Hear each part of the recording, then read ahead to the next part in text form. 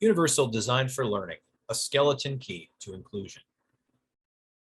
Universal Design for Learning is an approach to teaching designed to meet learners where they are. UDL instructors accomplish this by focusing on three fundamentals that include variability, expert learning, personal autonomy. The basis for the UDL approach is to start with an embrace of learner variability, or what the UDL specialist Katie Novak describes as the unique mix of strengths and limitations we experience based on context, as well as the varied paths we may take in performing learning tasks. The UDL method prepares instructors to deliver their curricula in a format suited to meet the variability of their learners, to help learners become experts at learning and self-advocacy. UDL practitioners recognize that different forms of media and technology can assist them in creating a classroom that is collaborative and inclusive in the broadest sense. A core feature of UDL is its emphasis on learner autonomy. UDL practitioners embrace learner autonomy by asking why they require learners to learn something, rather than starting with the question, what will we be teaching learners? As the educator Barbara Bray observes, why not ask ourselves why we would want to learn in the first place? Her question illustrates the direct connection between UDL and the principles of adult education, which require that learners be made aware of the reason why they have to learn certain material. The best place to begin our study of UDL is with the CAST guidelines. We will walk through them, exploring the three categories of engagement, representation, and action and expression. An important thing to know as we approach CAST is that educators use it as a guide, not an instruction manual. Each instructor will use the guidelines to support their existing teaching practice. We begin with engagement, or the why of learning. In UDL, we can refer to engagement as the why of learning. When we ask why a learner needs to learn something, we can begin to explore ways of recruiting interest by optimizing the learner's individual choice and autonomy. To engage a learner, we begin by recruiting their interest. While instructors set the learning objective, UDL enables them to provide different options for how learners can meet that objective. A UDL instructor will ensure that adequate tools and support are available to learners. Learners are then free to use these resources to determine their path toward meeting the learning objective. When learners can decide their best path forward, it will help them develop the ability to think strategically, while also enabling them to become self-advocates. When UDL instructors provide learners with feedback options, the instructor gains an invaluable perspective on how their learners conceptualize their path toward mastering objectives. The process I just described is the hub of UDL. When teachers deliver UDL-informed instruction, they will not change or abandon existing learning objectives. Their job is to develop new tools and avenues for learners to customize their learning. Speaking metaphorically, I connect this approach to the characteristics of our consumer culture. As consumers of products and services, we typically prefer items allowing for customization. Examples include video games, cars and trucks, phones, computers, home appliances, educational and banking or budgeting software, and home delivery of products we order online. At the heart of the modern consumer experience is a sense of having a choice or agency in what we buy and how we use what we purchase. UDL brings this personal preference for customization to the instructional field. UDL instructors recognize that there is not one means of engagement that will be optimal for all learners in all contexts, which is why they offer multiple means. As the CAST guidelines put it, information that is not attended to, that does not engage learners' cognition, is in fact inaccessible. The creative challenge UDL instructors face is making their curricula accessible. When they achieve accessibility, the instructor has succeeded at optimizing individual choice and autonomy among their learners. In other words, they provide the learner with as much discretion and autonomy as possible to ensure that learners can engage with and apply what they are learning. Instructors will invite learners to participate in the design of classroom activities and academic tasks to ensure that curricular materials are malleable and customizable. It is another way to involve learners in setting their personal, academic, and behavioral goals. Another connection between UDL and adult education principles involves authenticity. To ensure that learning activities are authentic and contextualized to learners' lives, instructors need to ensure that those activities are culturally relevant, responsive, and socially relevant, age and ability appropriate, and appropriate for different racial, cultural, ethnic, and gender groups. The instructor always wants to ensure that the classroom is inclusive and as free from sociocultural, physical, and cognitive biases as possible. The best way to achieve this goal is to co-design the learning environment with learners and to seek their feedback on materials used to meet the learning objective. It is where perspective, experience, and learner imagination will bear fruit. UDL Checkpoint 7.2, for instance, recommends including activities that foster the use of imagination to solve novel and relevant problems or make sense of complex ideas in creative ways. An excellent way to do this is by inviting learners to co-design the classroom or learning environment.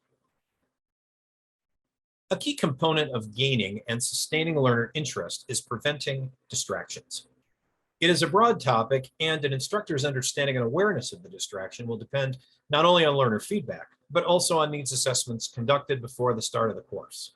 However, there are 4 general rules instructors can follow to limit distraction. 1, vary the level of novelty or risk. 2, vary the level of sensory stimulation. 3, vary the social demands required for learning or performance, the perceived level of support and protection, and the requirements for public display and evaluation.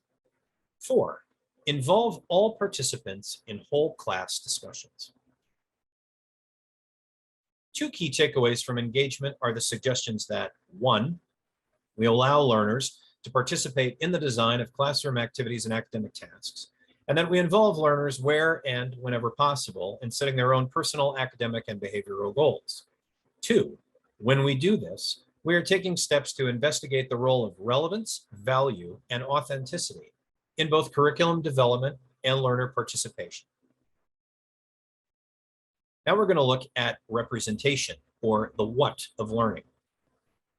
When we talk about representation, we discuss perception. In today's classrooms, there is a greater awareness that learning disabilities and neurodiversity play an influential role in learner experiences. For this reason, UDL looks at how learners perceive the curricular format. UDL practitioners consider syntax, vocabulary, and symbols in the materials they develop and use. In this respect, UDL is like clear writing. UDL practitioners understand that learners differ in the ways that they perceive and comprehend information that is presented to them. It is important to recognize that there is not one means of representation that will be optimal for all learners, which is why providing options is essential. A crucial first step towards broadening the way learners perceive curricula is by offering them means to customize how information is displayed. 2 key components involving making information malleable and customizable. The CAST guidelines detail what malleability and customization look like. The size of text, images, graphs, tables, or other visual content. The contrast between background and text or image. The color used for information or emphasis. The volume or rate of speed or sound. The speed or timing of video, animation, sound, simulations, etc. The layout of visual or other elements, and the font used for print materials. UDL offers alternatives for processing auditory information.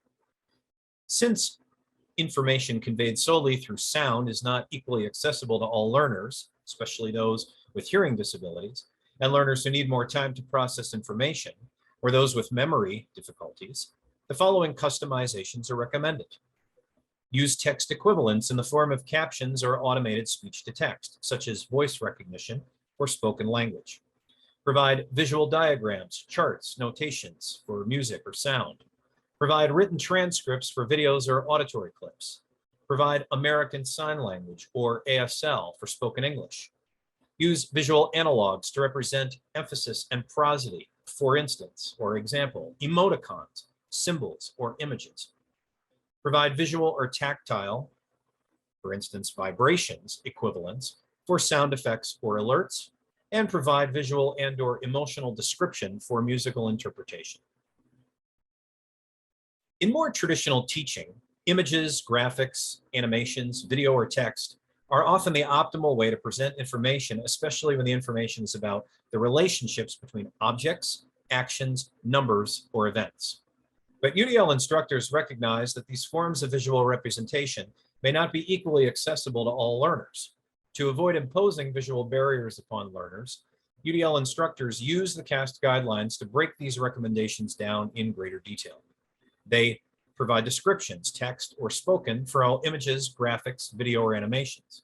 They use touch equivalents such as tactile graphics or objects of reference for key visuals that represent concepts. They provide physical objects and spatial models to convey perspective or interaction. And they provide auditory cues for key concepts and transitions in visual information. One especially effective way to get around visual barriers is to convert text to audio formats. There are a variety of text-to-speech tools and applications available. For example, at the Apple Store, which educators can access. When preparing text that is compatible with text-to-speech technology, it is beneficial to think about conveying information in clear and plain language that will translate well to an audio format.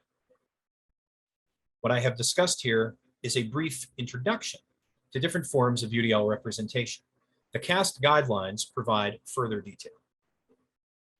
Now I will turn to action and expression, or the how of learning. Action and expression take many forms that connect with discussions about different learning styles, such as auditory, visual, and kinesthetic learning. However, UDL instructors do not use learning styles because UDL does not accept that there is sufficient neuroscientific evidence to support the existence of learning styles.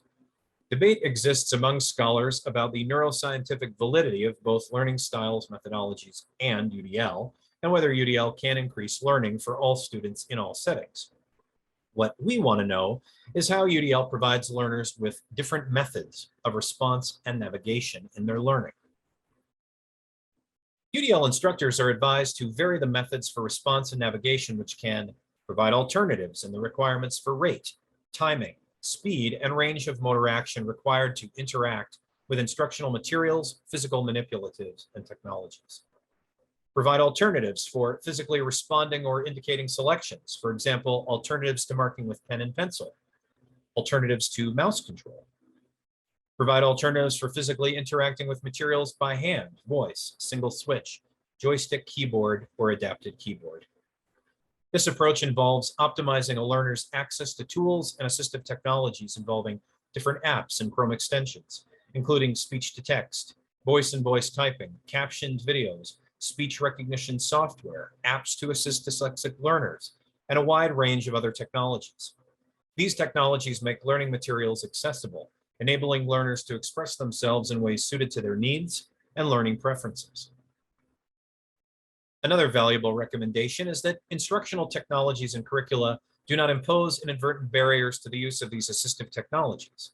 Instructors must come prepared to provide alternate keyboard commands for mouse action, build switch and scanning options for increased independent access and keyboard alternatives, provide access to alternative keyboards, customize overlays for touch screens and keyboards, and select software that works seamlessly with keyboard alternatives and Alt keys.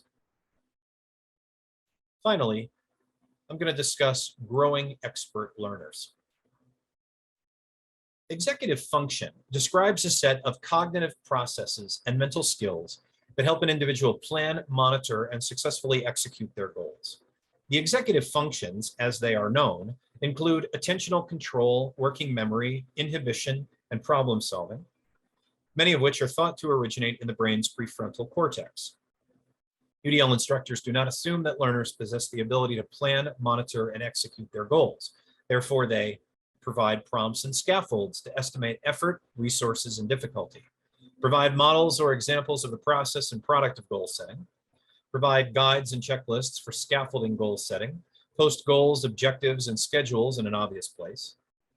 Instructors embed these scaffolds to guide learners towards developing the capacity not only to goal set, but to plan and execute those goals. Learners possessing strong executive function capacities will be successful, and UDL instructors are responsible for providing them with the guidance necessary to develop these skills. It will involve the instructor supporting the learner's ability to learn how to plan and acquire personal learning strategies. Learners with strong executive function skills learn to assess themselves and not only set goals, but they can determine their own benchmarks for success. The CAST guidelines recommend that instructors provide differentiated models of self-assessment strategies, for instance, role-playing, video reviews, and peer feedback, and the use of assessment checklists, scoring rubrics, and multiple examples of annotated student work and performance examples. Since UDL is a vast subject, perhaps the most valuable question we can ask ourselves is, how can we start using UDL now? What in the CAST guidelines intrigues us as a place to begin our journey? By choosing an entry point, we will start incorporating the philosophy and practice of UDL in our thinking, strategizing, and how we deliver instruction to learners. Thank you.